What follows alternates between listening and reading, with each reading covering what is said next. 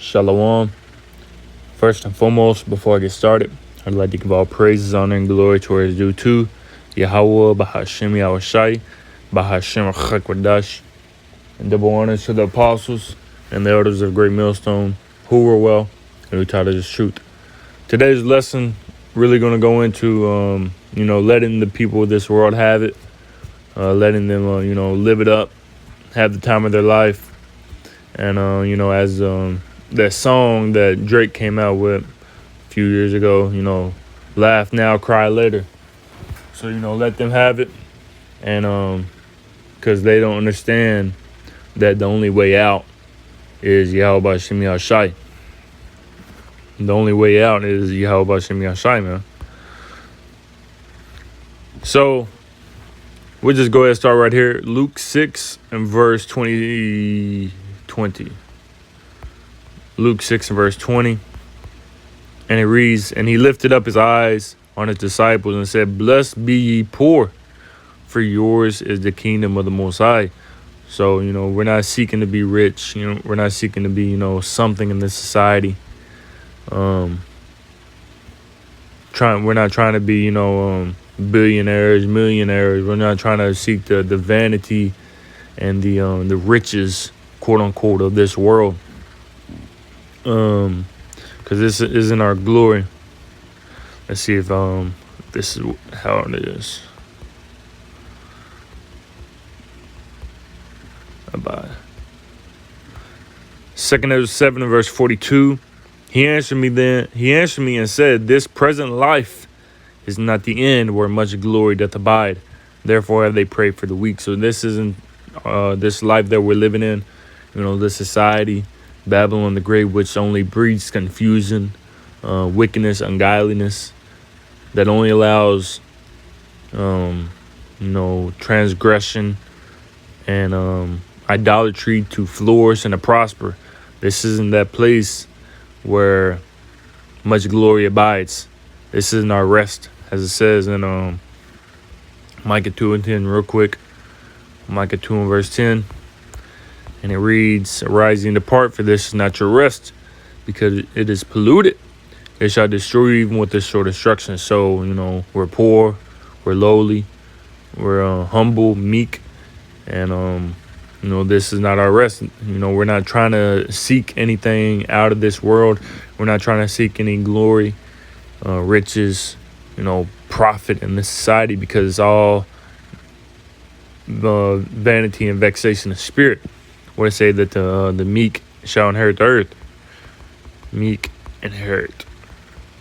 I spelled that wrong.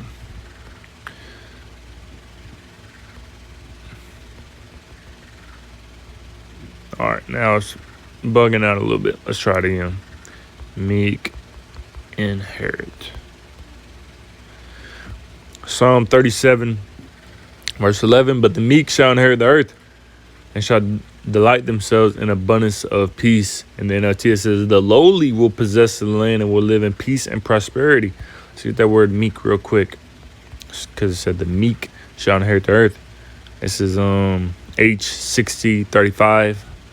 Ainawa, poor. We just read, blessed are the poor, for theirs is the kingdom of heaven, of the Most High. Poor, humble, afflicted. We are afflicted. We are, meek, needy, weak. We need Yahweh B'Shem Yahushai. The people of this world, the Israelites who think they got it on this side, they're not needy. They don't need or want anything. They have it all. And really it's not even all. When the other Israelites of the world see, the Israelites at the top, they look at them as if they have everything, but in all reality, they don't. They don't have anything. It's just a facade, and it just seems like they have everything, when really they don't. But at the same time, when compared to us, they do have, some status and stature in this world, which is really, vanity, and it's all going to come to nothing. Moth, rust, and corrupt. Matthew 6 and verse 19. Lay not up for yourselves treasures upon earth, where moth and rust doth corrupt, and where thieves break through and steal. This is not what we should be doing. We're not storing our treasures on earth like these other people. That's why I said let them have it. Let them store up their treasures. We're storing up our treasures in heaven. Because what does it say in verse 20? But lay up for yourselves treasures in heaven, where neither moth nor rust doth corrupt, and where thieves do not break through nor steal. Because when you lay up your treasures in heaven, it's not going to destroy. It's not going to be decayed. It's not going to corrupt. It's not going to be stolen. But we're storing up treasures in heaven that is going to last up for all eternity. While the people of this world, they're storing up treasures on earth, where it's eventually going to become, worthless and destroyed. That's what the Apostle Peter said. 2 Peter 3 and verse 10. And it reads, but the day of the Lord will come as a thief in the night, and the winds of heaven shall pass away with a great noise, and the elements shall melt with a fervent heat, and the earth also and the works that are therein shall be burned up. So all this is going to be burned up. All your treasures that you have stored on earth is going to be dissolved. It's going to be burned up. It's going to be, done away with. So let them have it. We're focusing on something bigger, something more major, something more lively and glorifying, man, which is Yahweh Shem Yashai in the kingdom of heaven. Verse 11, seeing then that all these things shall be dissolved, what manner of person are ye to be in all holy conversation and godliness? We're not seeking the ways of this world. Scripture says in 1 John 2 and 15, love not the world, neither the things that are in the world. We're not focused on this society. We're not living it up in this world and seeking, a life on this side in this present life. We just read that this present life isn't where much glory doth abide. We're not seeking glory here. We're seeking glory through Yahweh Shem Yashai and what is to come. We're not focused on this society. That's what it says in Matthew 6 and 33, what Yahweh Shai said. Matthew 6 and verse 33, but seek ye first the kingdom of the Most High and his righteousness, and all these things shall be added unto you. Let them have it, because this is what we're seeking. While everybody else is seeking, vain glory, we're seeking Yahweh Shem Yashai and the kingdom of the Most High. Because when you go into that word seek, zeteo, it says G22:12, zeteo, to seek in order to find. What are we trying to find? The kingdom of heaven, Yahweh Shem Yashai, truth. 2a, it says to crave, to demand, demand something from someone. And the people of this world, they're craving what? They're craving, the nice jewelry, cars, mansions, a certain type of uplifting lifestyle, women, money. You got to chase your bag. This is what the people of this world are craving. Let them have that.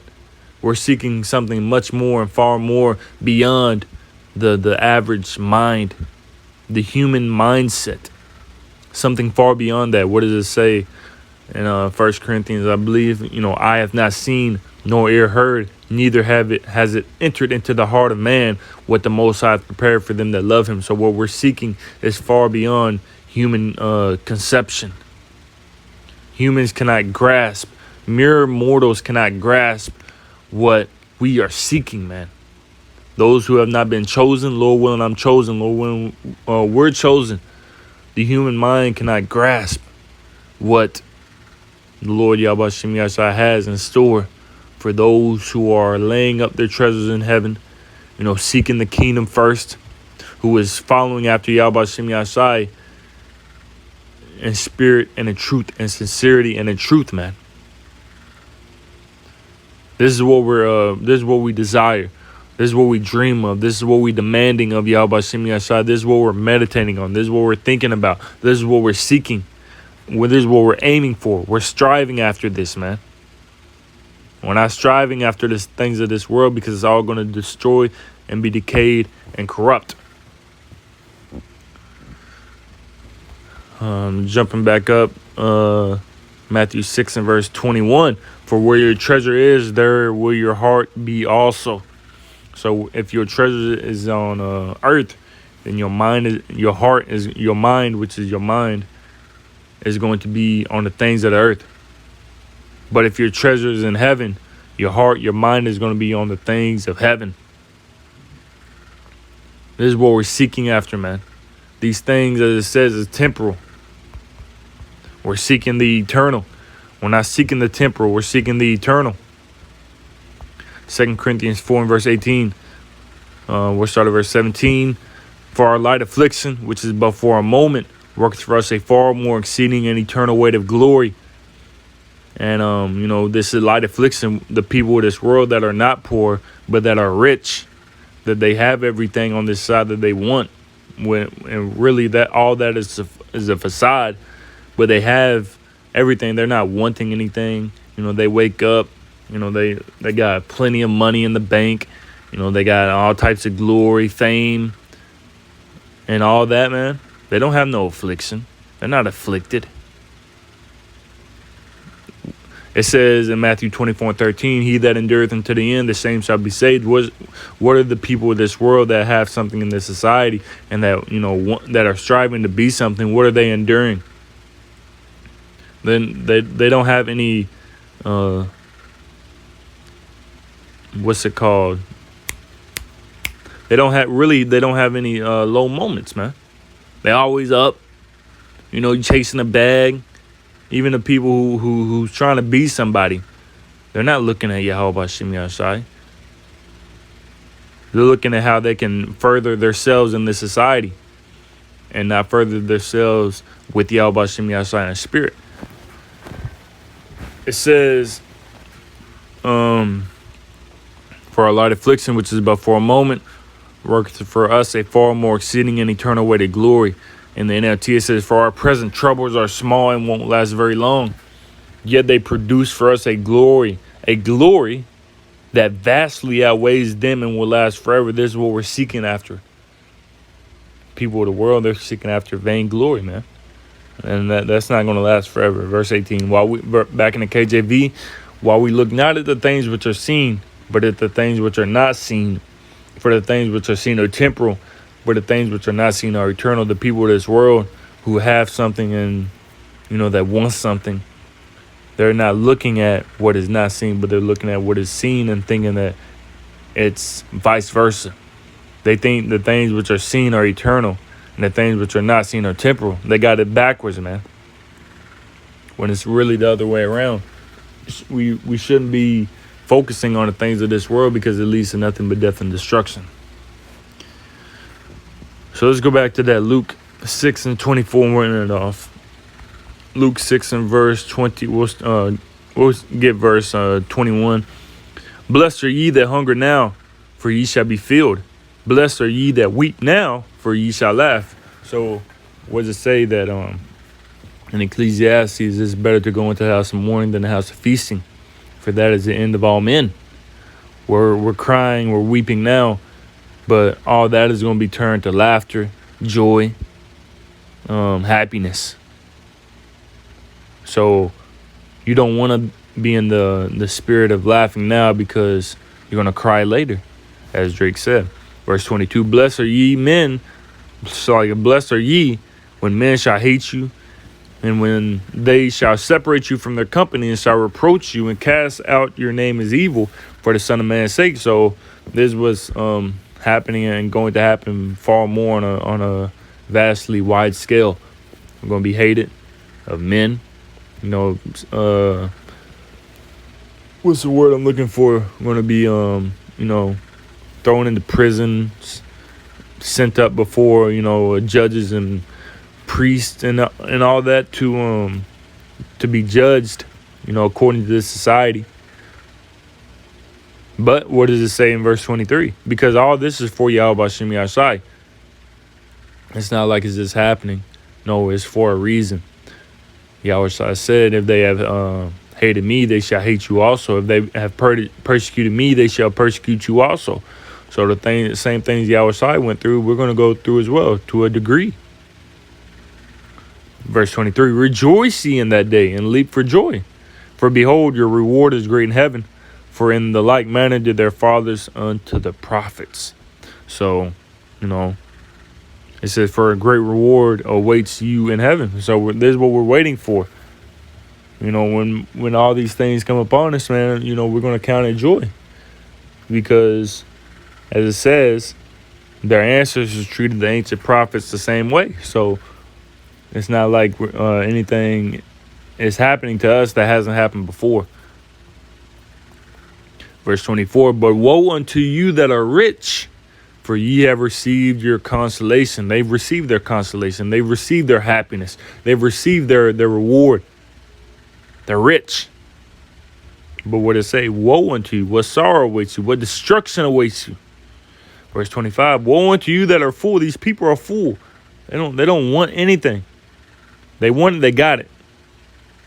It says, for ye shall hunger. The script is about to flip. Woe unto you that laugh now, for ye shall mourn and weep. You're going to laugh now, cry later. And we don't want to be on that spectrum. We want to be on the cry now, laugh later. That's the spectrum we want to be on. That's why I said, let them have it. Because it leads to nothing but destruction and sorrow, weeping, and desolation.